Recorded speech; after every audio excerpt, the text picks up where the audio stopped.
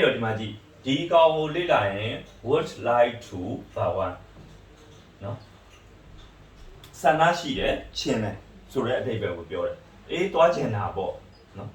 သွားဖို့တော့ဆန္ဒရှိပါတယ်ဆိုတဲ့ဥစ္စာအဲ့တော့ကျွန်တော်တို့ကဒီမှာ would like to I like to ပတ်ထိုင်ကအေးသွားတော့သွားချင်တယ်ဒါပေမဲ့မသွားနိုင်ဘူးဆိုပြီးတော့ဘာသာပြန်ပေးရမယ်ဒီမှာ I have to study have to the one အဲ့ဒါကိုတွဲခတ်လေ့လာရတယ် have to the one ဒီရန်ရှိသည်ဘို့လိုသည်ဇရာရှိသည်ဆိုပြီးတော့မြန်မာလိုဘာသာပြန်ပေးရ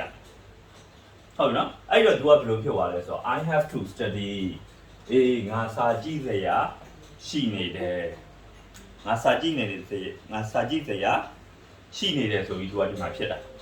ဟုတ်ပြီနော်အဲ့တော့ဒီမှာကျွန်တော်တို့ကစပြီးလေ့လာရင် A ဆိုတဲ့တယောက်ကပြောတယ် let's go to the movie ငါတို့ရုပ်ရှင်သွားကြပါစို့ there's a go picture at the Rosie ရုပ်ရှင်ရုံမှာကားကောင်းတကားတင်နေတယ်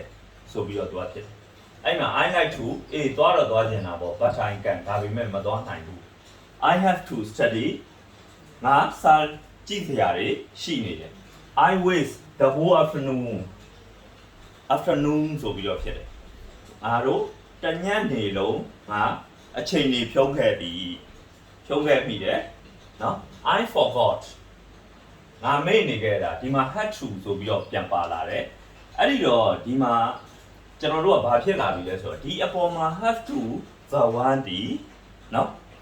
ရန်ရှိသည်ဘို့လိုသည်ဇရာရှိသည်ဆိုပြီးကျွန်တော်ဘာသာပြန်ခိုင်းခဲ့တယ်မြန်မာလိုအဲ့လိုဘာသာပြန်တယ်လို့ပြောခဲ့အဲ့ပြောခဲ့တဲ့ဥစ္စာကဒီမှာကြည့်လိုက်ဒီမှာ past tense ဖြစ်သွားပြီ had to brush upon အဲ့တော့ဒီ brush upon ဆိုတဲ့ဥစ္စာကဒီမှာဒီကရှတန်လေးက brush ဟုတ်ပြီနော်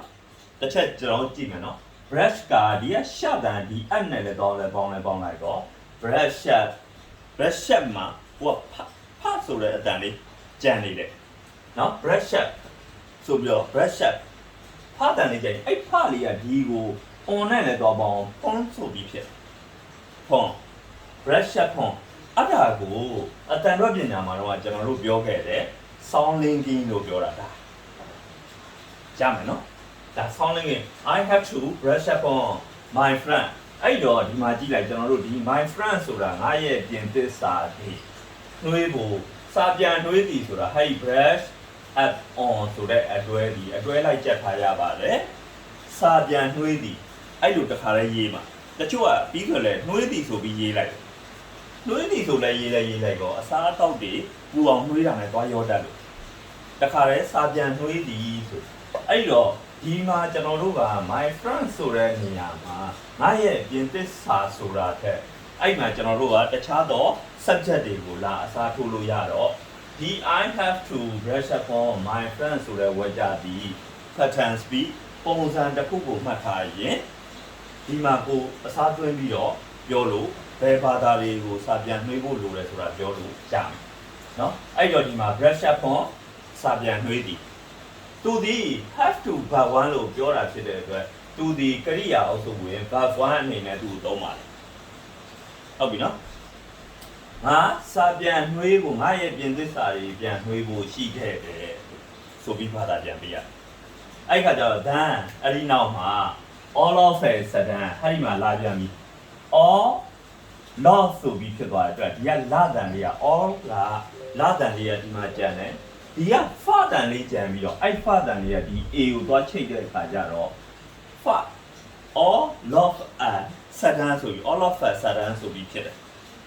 ရမယ်နော်အဲ့တော့ကျွန်တော်တို့ဒီမှာလေ့လာရင် contraction ပါလာပြီ sound linking ပါလာပြီ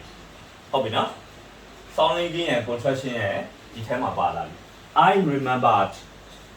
ရုပ်တရက်ငါမှတ်မိခဲ့သည်ဆိုပြီးတော့ဖြစ်အဲ့ခါကျတော့ဒီမှာ A ကဘာပြန်ပြောလဲ Oh come on လာစမ်းပါသွားကြမယ်လေဆိုတာအဲ့တော့ကျွန်တော်တို့ကဒီ come on တို့ဘာတို့ကိုဘာသာပြန်ရင်လဲအရှိမရှိသောစကားအဆက်ဆက်ကိုမူတည်ပြီးတော့ဘာသာပြန်ပေးရဒီမှာ go ဆိုတော့သွားမယ်လို့ပြောတာဖြစ်တယ် Oh come on လာသွားကြပါသွားကြမယ်လေ will be home early ငါတို့အိမ်ကိုစောစောပြန်ရောက်မှာပေါ့